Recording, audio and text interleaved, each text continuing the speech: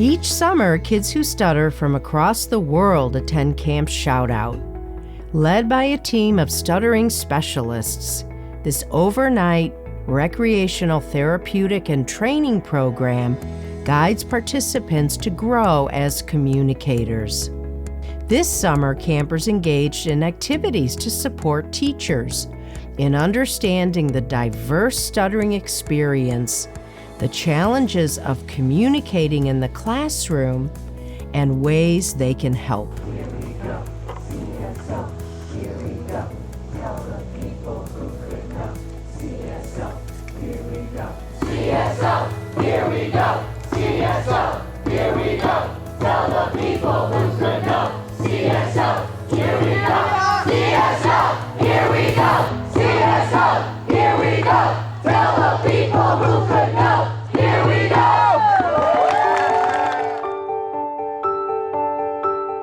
The experience of stuttering is a combination of what a teacher may see as well as what a teacher may not see.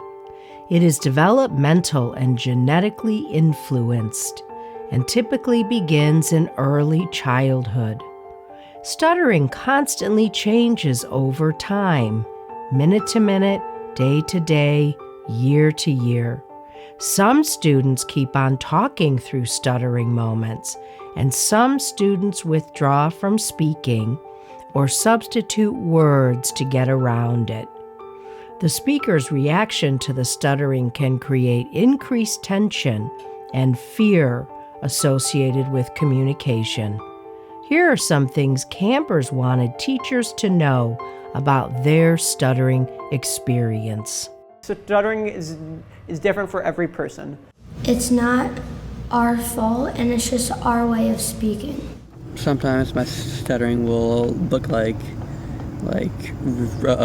repeating the word or the sound, or like a big block kind of in my speech, and like it'll look like to me like maybe my like heart starts to like beat faster, or my breath just kind of gets harder. Here's me, and like I'm presenting into my presentation, and it feels like there's like 1,000 eyes on me, like, and then like I stutter even more. Some people get stuck on certain sounds like C's or G's. One of the most underestimated things about stuttering is the emotion carried with it. We have anger towards it because sometimes we get cut off. The bottom part here has a person in quicksand who is sinking and asking for help, but people outside just stand there and take pictures.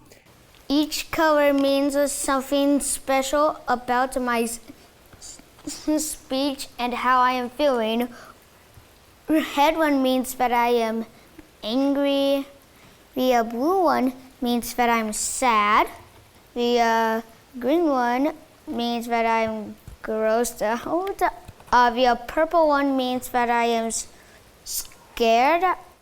Frustrated a lot, and sometimes mad and sad also. When everybody is talking about what they're going to do after school and what sport they want to play and what they're going to be doing, I finally got my chance to talk, and I froze, and then everybody just walked away. Just because it's hard for me to talk sometimes, that does not mean that I don't know the answer to the question, or that I'm dumb. When you have a bad stutter, it can take more effort and more energy to try and get yourself out of that. And when you do, sometimes you can make it worse. Stuttering can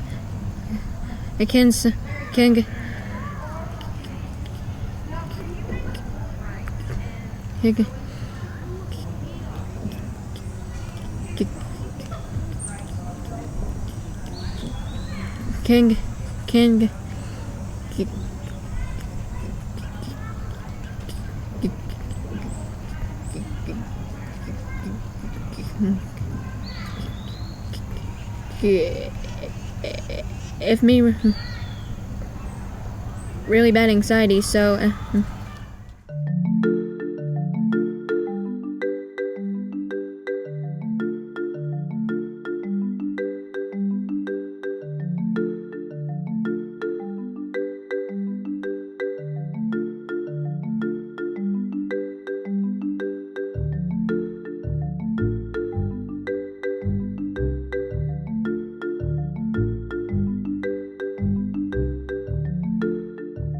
Unpleasant communication experiences often occur within the classroom for children who stutter. A student thinking about a past stuttering block or worrying about stuttering on a future word is a student not present for learning. According to neuropsychologist Rick Hansen, our brain is like Velcro when it comes to unpleasant experiences. It holds on to them tightly and does not let them go. If a student experiences something unpleasant, heightened stress may occur across similar speaking situations. Some students have strong fears associated with stuttering. Often they experience negative reactions from others related to how they communicate. This impacts the well-being and overall quality of life in a negative manner. Here are some reflections from our campers and adults who stutter. My past years, we've played games where we have to say like the math problem or say something the fastest before the other person.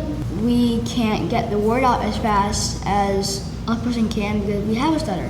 At times, I think I would try to rush myself to like get it right, get it out before my teacher would say anything. Some classes it's easier for me to talk in those classes just because I'm more comfortable with the students or the teacher, but other classes or courses it may be a little bit more difficult for one reason or another. I get like super uncomfortable when I just get like randomly called on, and then I start stuttering, and then I can like hear like comments about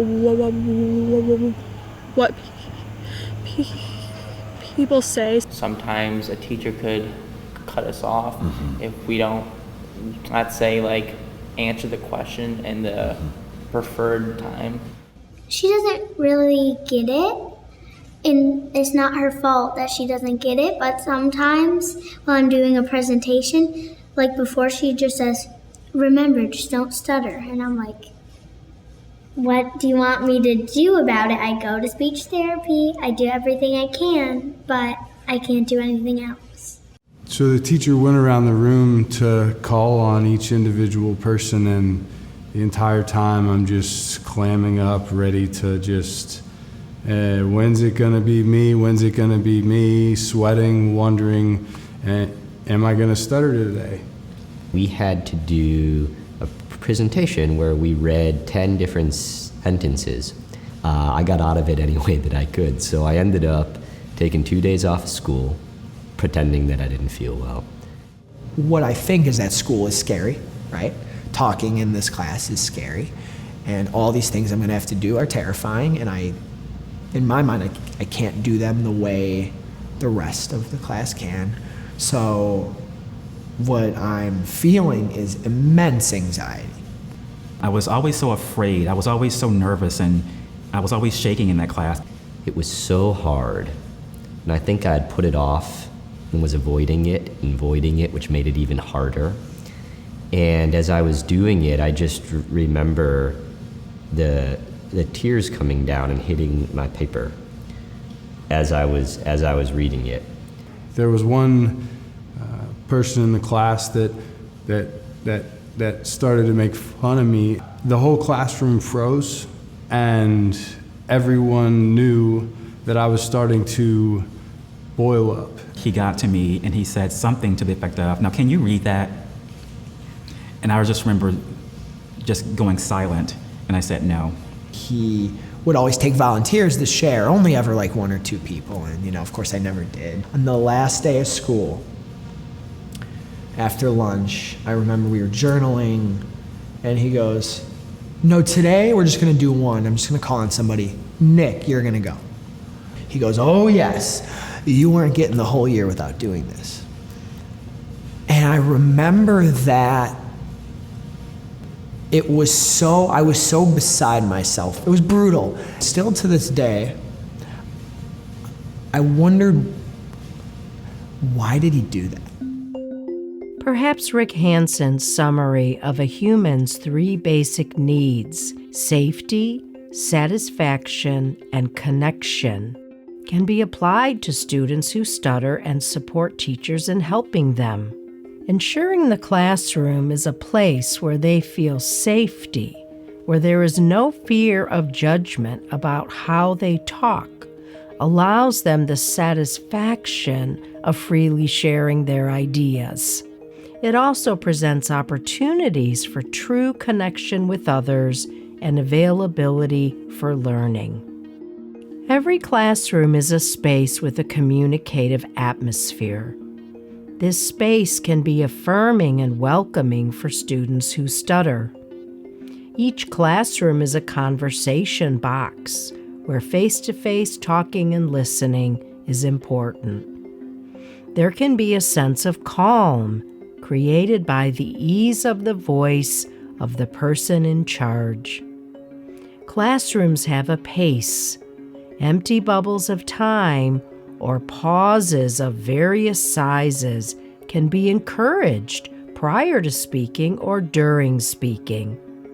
It may be helpful to record, reflect, and seek feedback from your students about your classroom's communicative atmosphere. How do they describe the pace, and how comfortable are they communicating in your space?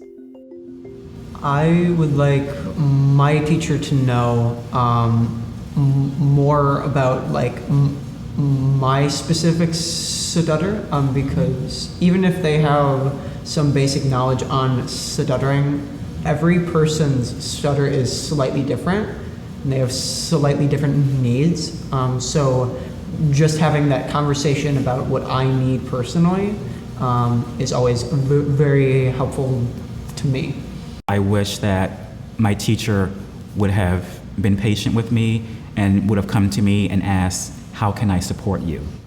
I think it's always super helpful for me when they have a knowledge of what stuttering is, because I think that creates a foundation for us to work together to figure out what works best for me as an individual. I'm happy to be called on at random, and that's something that I'm comfortable with. And I really like when the students are educated too, so that I have a more understanding audience. I would like my teacher to know, so maybe just what to do, if I'm having a harder moment. It would be very helpful if you told me about a presentation the day before. Can you say something about this book tomorrow? Sometimes when you're doing popcorn reading, maybe you should give them a warning in advance, maybe a little signal, maybe put a finger up or something. Time and patience is essence, really, and that if you give them enough time, they will eventually get out their words. Yeah, just don't hold people who have a stutter to a lower standard, I guess. If I'm having a moment of stuttering, that they have kind of talked to the class about that, so that people know this is what's going on, and they don't have to guess that, oh, he's nervous or he doesn't know the word he's trying to read, that they kind of know. And then also, if I am in that moment, the teacher can kind of give me support. It would be helpful for the teachers to address bullying more than they do right now. So the thing I would like my teacher to know is like not to let other kids mess with me about it, like during class presentations, during like reading times and stuff along those lines, and then for them not to rush me so I can finish what I'm saying, because all of our words are important. Could I play this part? You know, play the one with the smallest amount of lines. Looking back, I wish she would have known to have that conversation. I didn't have those advocacy skills yet, but I wish she would have met with me, said something to the extent of, you know, I think it'll be really important for you to be a part of this play. Which role would you feel comfortable with? I would have wanted her to know at the beginning of the year that I stutter and that each situation for me as a communicator was different. And I would have wanted from her to offer me a different time of day to do it, because in the morning I felt my talking was always so much more difficult than in the afternoons. What I need is safety. What I need is comfort. And what I needed was reassurance that they had my back. So what I would have requested is, you know, Nick, it's the last day of school. Would you like to share this? Or at the beginning of the year, you know, we're going to be journaling the first day, you know, we're going to be journaling every day.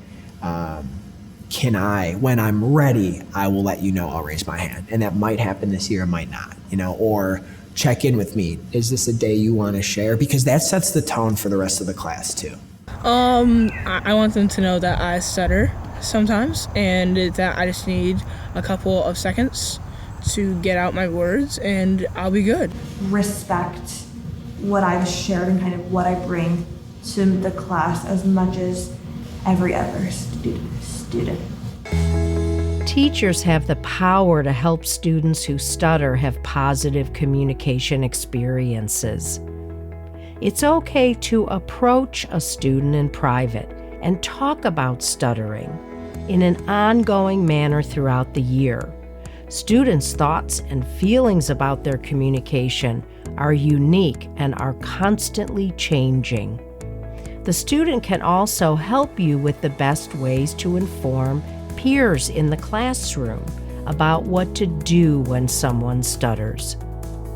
Using the Student-Teacher SLP Advocacy Guide, the student can select desired support strategies. Finally, encourage your student to keep communicating in your classroom regardless of how they are speaking.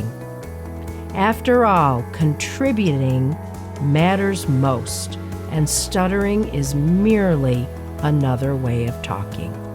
If this experience can help one teacher with one student in one class in one place in the world, I hope it happens. Stuttering is nothing that holds us back. It's just something that is a challenge, and it's something that makes us stronger and that will, in the end, make us better people. And what we say matters. Yeah, that's it.